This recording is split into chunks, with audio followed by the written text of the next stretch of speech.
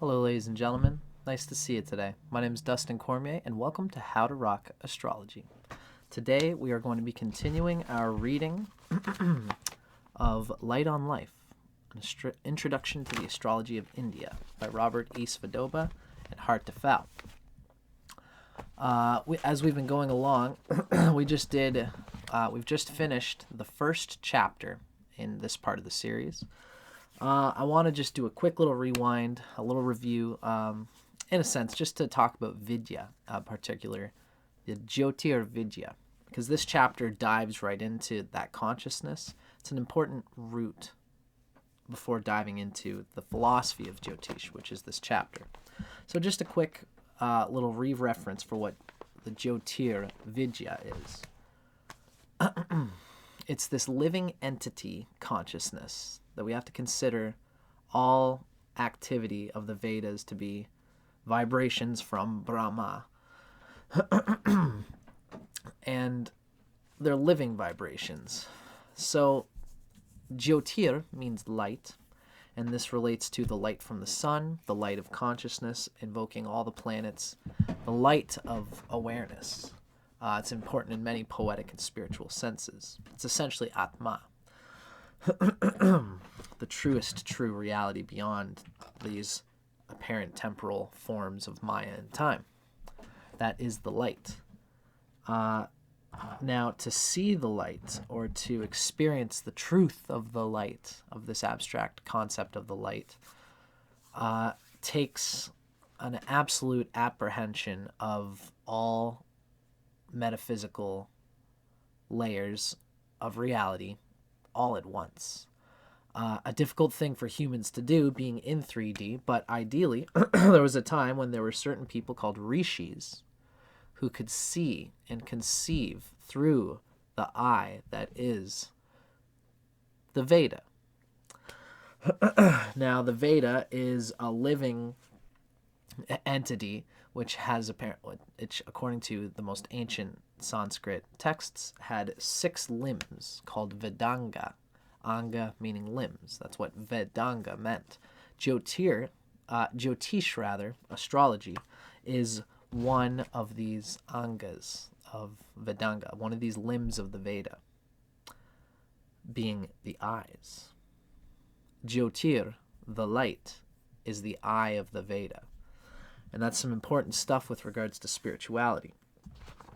When the Veda is personified as a living being, we read on page 3 of our text, Vyakarana is regarded as the face, Chandas as the legs, all these different limbs of the Veda, including grammar, intonation, etymology, ritual, and Jyotish is the eyes, pervading all of what Vedanga and the Veda are. Now, these beings and others like them, which have sprouted from the Vedic consciousness of bygone eras, these are often generically termed Vidyas, a word which is derived from the same root as the word Veda. The Vidyas are living goddesses. Every Vidya is a goddess who must be worshipped in order that you may develop a personal relationship so profound that she can possess you. Jyotish, astrology, is the Jyotir Vidya, the lore of light, a Vidya which can only be had from Jyotishis, because Jyotish is the study of all facets of the lords of light, the sun, the moon, the planets, and stars. So hopefully this isn't getting too thick here, but I wanted to bring up this idea of the Jyotir Vidya because it is so, it pervades this text at a very deep level.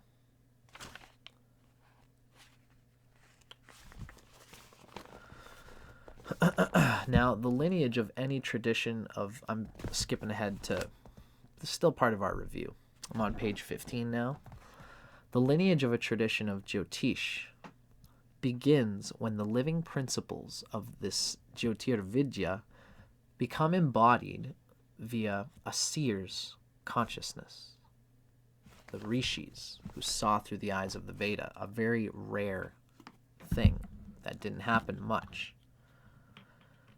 Then these principles from this seer are embellished over generations by human Jyotishis, astrological practitioners, who are possessed by the Jyotir Vidya, who see the light that came from that rishi's ripple of absolute awareness.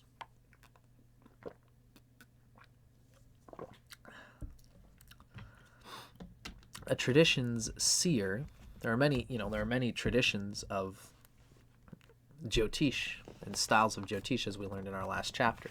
There's Nadi Jyotish, Jaimini Jyotish, which is different from Parashara Jyotish. Now, a tradition's seer, who has one foot on the celestial plane and the other here on earth, helps to maintain the bonds between deep human knowledge and its sacred origins. And those Jyotishis who accept students mold them mercilessly into fit receptacles for the Jyotir Vidya, that it may continue unbroken. So this is how lineages of astrology are maintained, and this is how the lineage of Parashara Jyotish was maintained. Parashara being either Parashara or Varmahira, being the rishis who saw and experienced the psychedelic revelation of the Veda, the eye of the Veda, experiencing that lore within themselves and then embellishing it in some way that generations could later hold on to and make into what we know today now as a technical form of astrology. It's interesting that the authors have this concept of the Jyotir Vidya as a living goddess who draws herself to people. And that's what we're going to start reading now that we're past my little intro, my little review. Just to get us back on track, I wanted to kind of talk about that before we get into the start of this chapter, Chapter 2, the Philosophy of Jyotish, where we read right off the bat, the Jyotir Vidya actually draws herself. It's the true conception of what astrology is and how we relate to it as humans.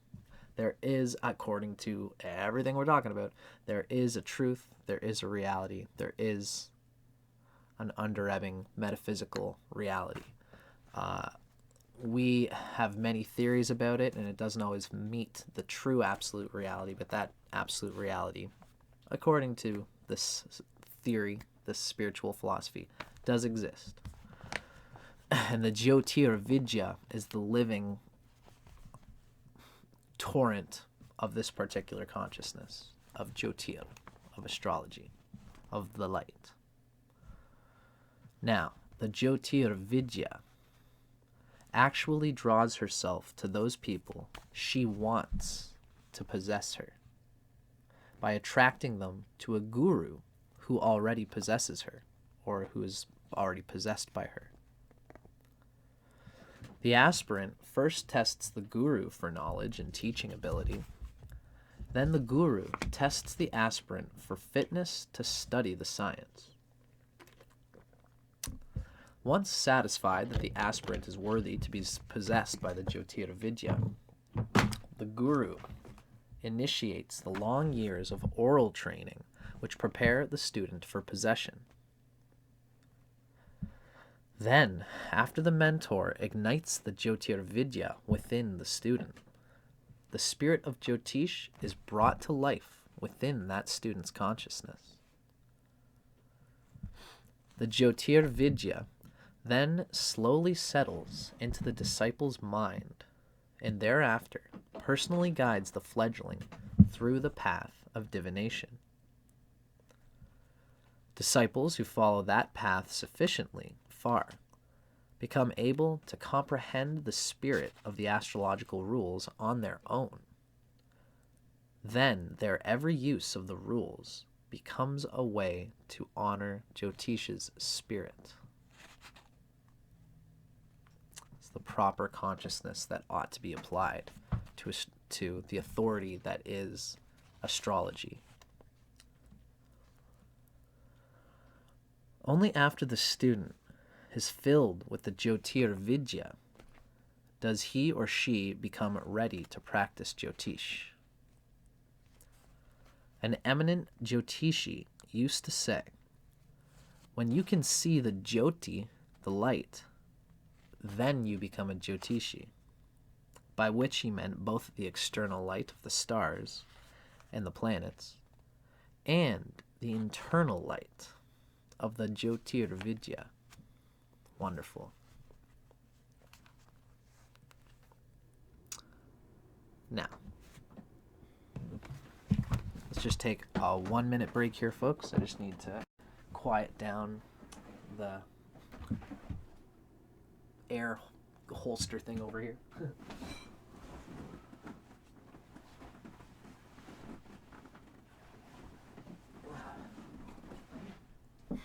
I'm having a brain fart on that word. It's the air vent. Often gets too loud. I gotta stuff it with a pillow.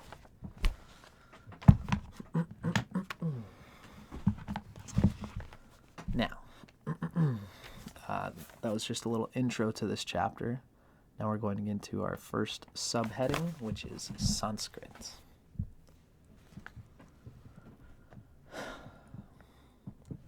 Just as those who can communicate telepathically need not know a language, those who are perfectly clairvoyant and clairaudient need not study Jyotish, for they are already possessed by the Jyotir Vidya.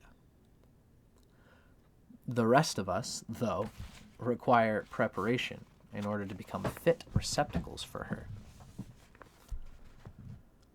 This preparation was traditionally accomplished by memorizing one of Jyotisha's texts which incarnate the Jyotir Vidya. While no book can transmit the Jyotir Vidya to a reader, books can help prepare the ground in which that Vidya can later be planted. That's why we're doing this, folks. Daily repetition of a text's inspired Sanskrit poetry creates within one's mind conditions into which the text's inherent spirit can be infused by a guru's commentary. Simple linear logic, in which principles come first and deductions follow, is not very useful when it comes to comprehending a vidya, because the sages who developed these vidyas employed an entirely different mode of thinking. They thought rather in terms of what we might call a fugue, in which all the notes cannot be constrained into a single melodic scale, in which one is plunged directly into the midst of things and must follow the temporal order created by their thoughts. That's a quote by De Santinella, page 11. So this whole thing was a quote. They thought rather in terms of what we might call a fugue. So this is like most people, this is the old sage thinking. Now, probably the most essential condition for becoming a capable Jyotishi, which happens to be the most difficult one for the average Westerner to fill, is to learn how to think in holistic, non-linear ways. Because it is also very difficult to write or teach non-linearly.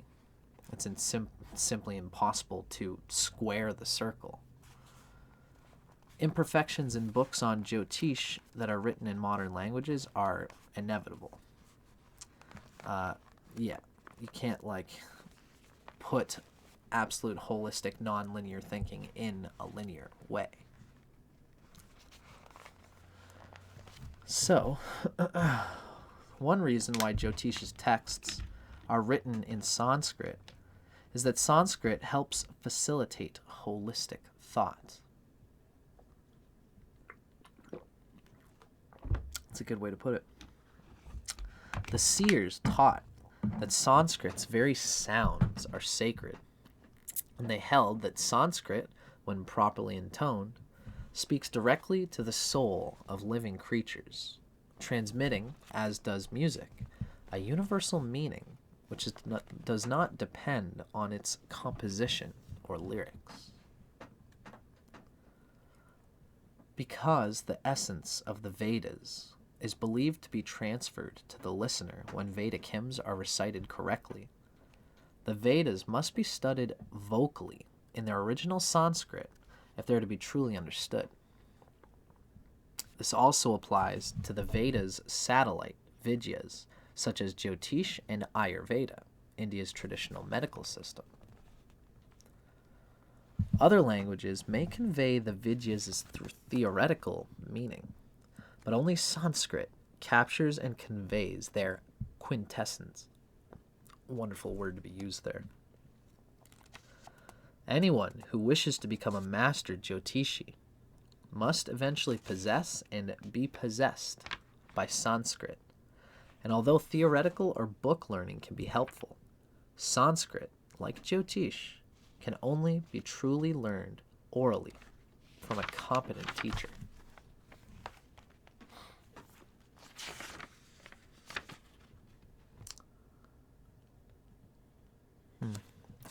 Well, we're 16 minutes in, so I'm going to continue rolling on before we get to our next video. So, on our next subheading along our journey, we're going to talk a little bit about the Sankya Philosophy. Our authors begin, no Indian Vidya is a standalone subject. All must be comprehended together in order to create well-rounded and holistic Sanskrit knowledge. Holistic, all considered together. Since knowledge of one model of reality enhances the understanding of other models, Jyotish has adopted Ayurvedic principles to enrich its medical knowledge, embraced the philosophies of Sankhya, Yoga, and Vedanta to enhance its psychodynamics, and enlisted Niti Shastra, political science, to teach Jyotishis about secular dynamics. Sanskrit is crucial to a thorough knowledge of these ancillaries. For specific word references within a work on Jyotish, words like pitta, karma, manas, buddhi, and sattva are meant to trigger memories of the full implication of these terms in their original contexts. Some of these are very simple, manas relating to mind, to the man, buddhi relating to the Buddha and intellect. So any well-educated Jyotishi who reads that manas is ruled by the moon knows what part of the mind manas represents, and knows that it's something other than what we commonly express in English by the word mind. Such words as these cannot be understood outside the context of the Sanskritic system of knowledge, any more than similar modern technical terms can be used outside the context of the psychology to which they belong. Some people who peruse Jyotish's ancient texts without first studying their context conclude that Indian astrology is all prediction and no psychology. But Jyotish need not present psychology explicitly in its texts, because psychology is explicitly presented in those auxiliaries, like Ayurveda and Yoga, which every Jyotishi is expected to study. It would violate the well-respected principle of verbal frugality to repeat such information in a work on Jyotish. Very obvious, I love how these guys write. Psychology is in fact central to each reading that a Jyotishi performs. Jyotishis use horoscopic insights to anticipate likely developments on the concrete level of reality, and then they use their psychological skills to teach their clients how to cope with these potential results.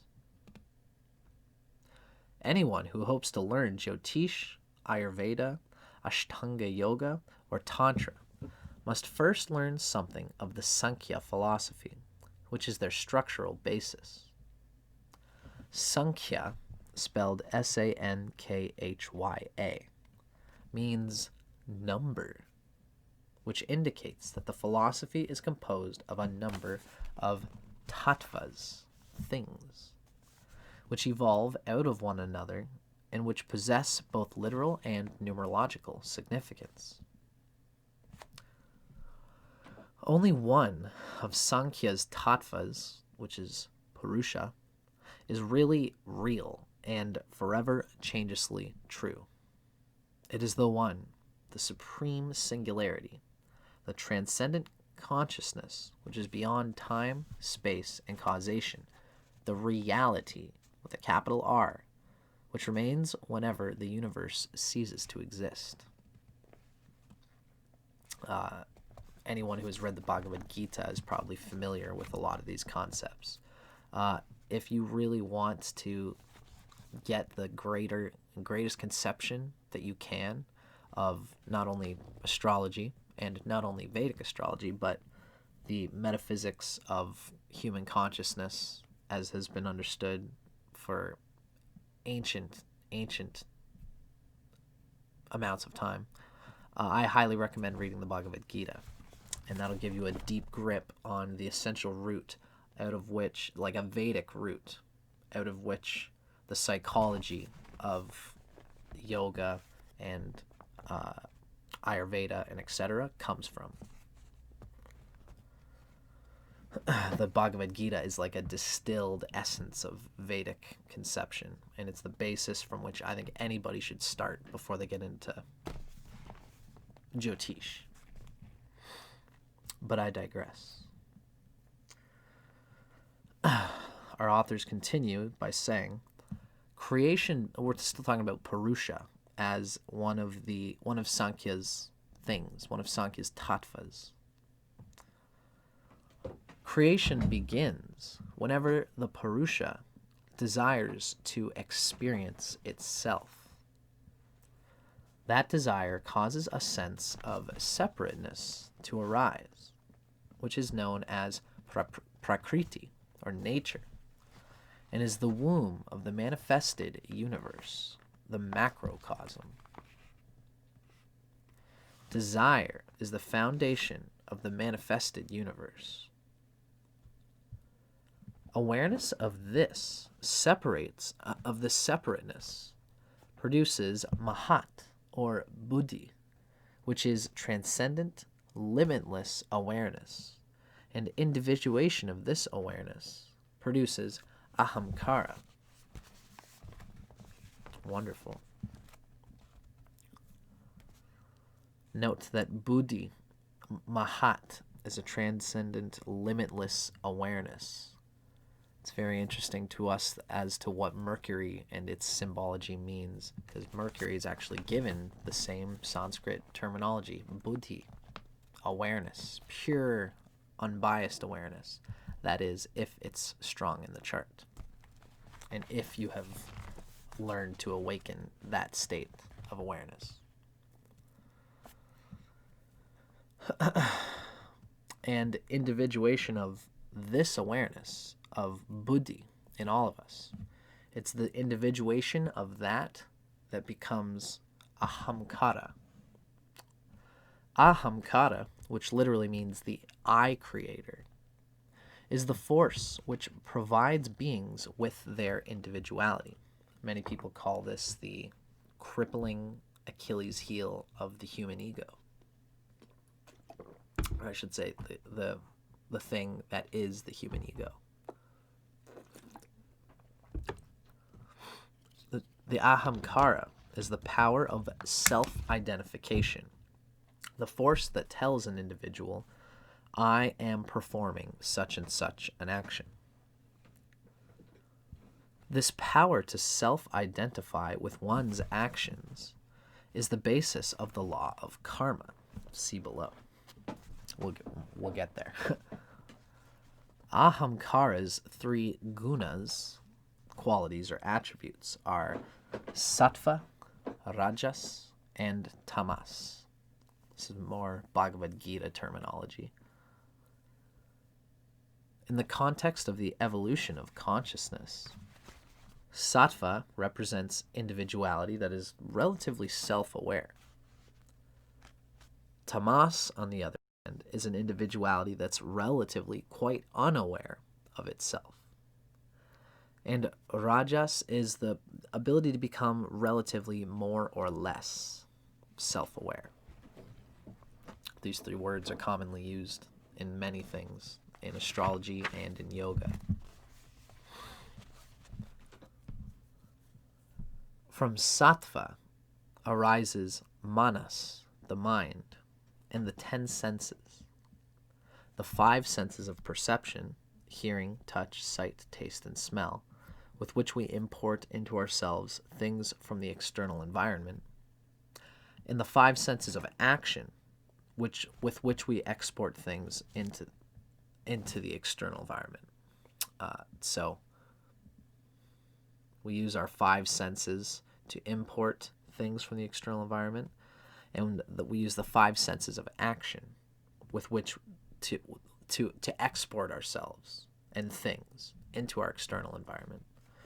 The 5 senses of action are speech, which represents all forms of communication; hands, which symbolize creative action; feet, which is simply locomotion; genitals, which is reproduction; and our anus, which is elimination. From tama, so that's where sattva, that's what sattva comes from, the 10 senses. From tamas arise the 5 objects of the senses and sensation itself: sound, texture, form, flavor, and odor. And from these objects arise the 5 great elements, the Mahabhutas, the building blocks of the physical universe: ether, air, fire, water, and earth. Rajas produces no evolutes.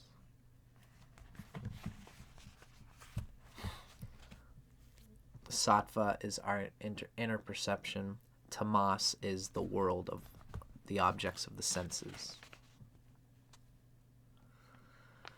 Now, the Shrimad Bhagavata, one of India's greatest spiritual texts. I've actually got a copy of it up here. I could show it to you, but it's nailed up there. I don't want to bring it down.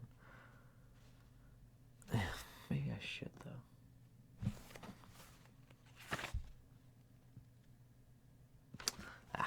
We'll just keep going. But I highly love the Shrimad Bhagavatam. I recommend the one by Prabhupada, as well as works that Vic Dakara have done on it. If you look that up, he's got a rich unearthing of the gems that is the Shrimad Bhagavatam. So, the Shrimad Bhagavata, or Bhagavatam, tomato. It's one of India's greatest spiritual texts, and it likens the buddhi to a charioteer, the manas to the reins, the senses to the horses, and the individual soul to the experiencer who sits or stands behind the charioteer, directing his actions. The body is more tamasic than are the senses, which are in turn comparatively more tamasic than is the manas, the mind. While ahamkara is fundamentally rajasic, and buddhi, the faculty of consciousness and of discrimination, is predominantly sattvic, the soul itself is beyond the three gunas, just as it is said in the Bhagavad Gita. Now, Jyotish assigns these various functions to various planets. The moon represents manas. Mercury characterizes buddhi. The ascendant or rising constellation indicates ahamkara. And the sun stands for the atma, or jiva, the individual soul. The whole horoscope is the field of Prakriti, an individual's microcosmic expression of his or her personal reality as part of the macrocosm, which is the cosmic Prakriti with a capital P. Is our own Ayurvedic physical gene code constitution, which is the Prakriti, smaller case p. And then there's our personal reality as part of the macrocosm, which is still Prakriti. All of these factors in an individual's horoscope must therefore be analyzed if we are to analyze that individual's mind truly. We cannot, in the context of Jyotish, speak about quality of mind unless we know which qualities of mind are activated within the organism at any one time. Manas, the most important of the various factors used to evaluate the average person's mind, measures your likes and dislikes, the life experiences to which you are attracted and the ones which you avoid, the moon being bright here and dark there. Because people commonly become emotional over their likes and dislikes, the moon's condition in the horoscope usually indicates one's overall emotional state. Jyotish places so much importance on the moon because a strong, well-placed moon tends to produce a stable, enjoyable life, while a disturbed moon creates imbalances, leading perhaps to addictions or obsessions. Those beings who act from the soul at all times will not, of course, be much affected by the lowly manas. But then, what need do such saints have for Jyotish? Cool consciousness. I love the writers of these books.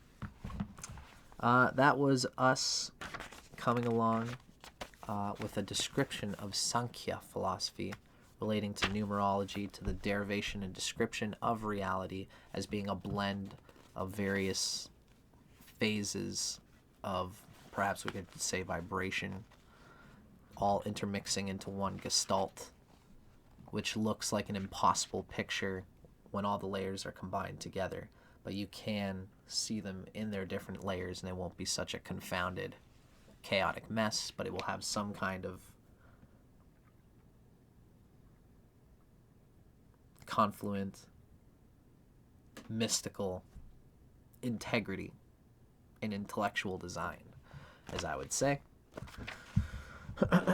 So, that is the Sankhya philosophy. Stay tuned. This video has been a half an hour in, so we'll close up shop on this part of the chapter. And in the next episode, we are going to be talking about karma and Jyotish. What does Jyotish say about karma? What is the dialogue of karma with the Jyotish chart and the human experience on planet Earth?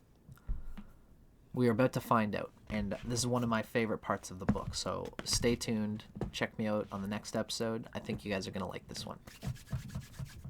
See you soon, folks. I'm Dustin Cormier for How to Rock Astrology. Keep your eyes on the skies, and I'll see you soon.